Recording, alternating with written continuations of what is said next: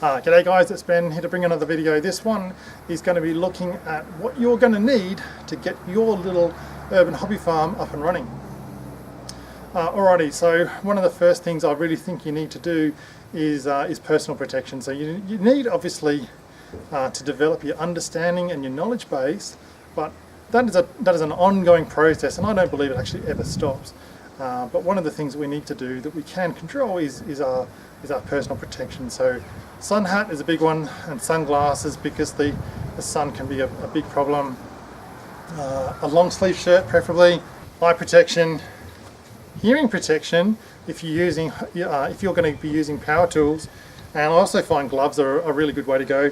These particular gloves are by a company called Mechanics, and you can get these online quite cheaply for around about $30 or so, and these are probably the best gardening gloves I've actually come across as yet. Now in terms of tools and stuff like that, it's all going to depend on what you want to achieve. Maybe you're just a renter in a small apartment or a high-rise or whatever it might be, or perhaps you're renting in a house like I am, or maybe you're sort of starting out in your own property. I'm not quite sure what your circumstances are, but the tools you need are going to depend on what you're doing. The last thing I think you should do is go into a hardware store with a whole bunch of money and just buy tools on impulse, thinking, oh wow, that looks good, yeah, buy lots of those. You can waste a lot of energy and money, and you can also waste a whole lot of time just buying stuff you don't need just because it looks good. And manufacturers and marketing companies are well and truly onto this, and they're incorporating buying colours. So actually the design of the products and the colours of the products are very much all about you buying them. So that's something to bear in mind, guys. Don't just buy stuff because it looks good. Just buy what you need to achieve what you're doing. So if you're going to be if you're just working in a small apartment block or something, maybe just some hand tools you can buy from a supermarket is the way to go. Or if you want to go a little bit more tech than that, then you can get some good containers and some good tools to work with it. But you don't need to go overboard, and you don't need to spend crazy amounts of money. In terms of power tools, Rhode one system is a really good one. I find it alleviates so many problems for me. I don't need to worry about 2-stroke or 4-stroke, and I don't need to worry about power cords. It's a really good system, and for someone like myself, I find it more than adequate to go with. In terms of digging tools, I'm a big believer in quality over quantity. So, and I do have my children involved in gardening pretty much every weekend. And we only spend 20 minutes, half an hour or so, but it's every weekend trying to process, and the kids I think get a lot out of it because they'll take that knowledge and stuff into their futures, and hopefully they'll be able to use that kind of stuff in their futures, and they'll get something out of it. So in terms of the garden tools, I'm a really big believer in Stanley.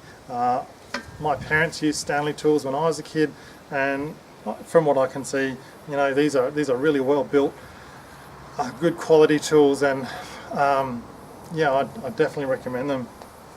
Some good cutting tools I definitely think you're going to need at some point.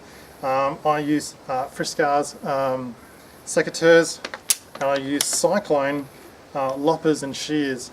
So these are brand new, obviously, because my other ones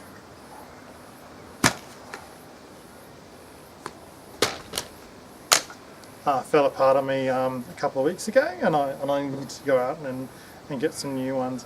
And lastly, a small mattock is a really good tool to have. If you're in a relatively smallish garden like this, I think is a really good way to go. This is a 1.5 kilo by Heart. A very good price point at around about $30 or so, and a really excellent piece of kit. That said, if you ask me what was one tool that I felt I could do most of my gardening with, it would be this tool. And for a lot of people, I really think this is all you need.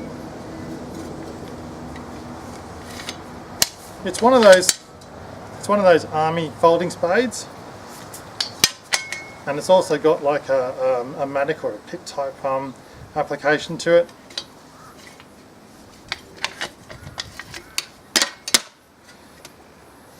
These are really good quality. Price point varies from about $50 or so upwards. This particular one is an Australian Army issue entrenching tool, and you can buy them from a lot of disposal stores or that kind of thing, and these are really good quality for the price point. Absolutely well worth it. They survive a lot of hard work, a lot of hard use. Very simple obviously, and but very, very effective. And if you're in like an apartment blocks or a high rise, honestly something like that is you know, sort of 80% of what you need, and I think it's a fantastic idea to go with something like this. Righto guys, so as I say, buy the tools you need to do the jobs you are actually doing at that time, and over time you'll find that you sort of get more and more and more stuff, and that's fine.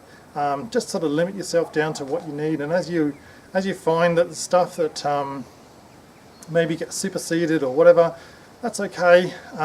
You know, you can always pass it on to someone else, or you can sell it or whatever, and buy newer ones for yourself. But don't sort of don't fill your garage or your shed just with tools, because that's not really going to necessarily help you too much. There we go guys, a couple of basic pointers for just helping yourself get yourself started, and I really hope this is some useful information for you.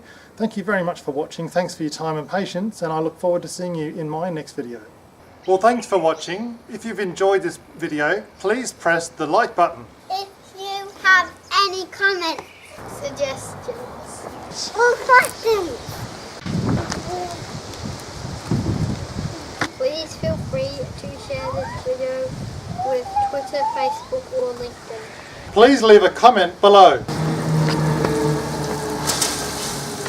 We're looking forward to seeing you in our next video. Until then, keep safe.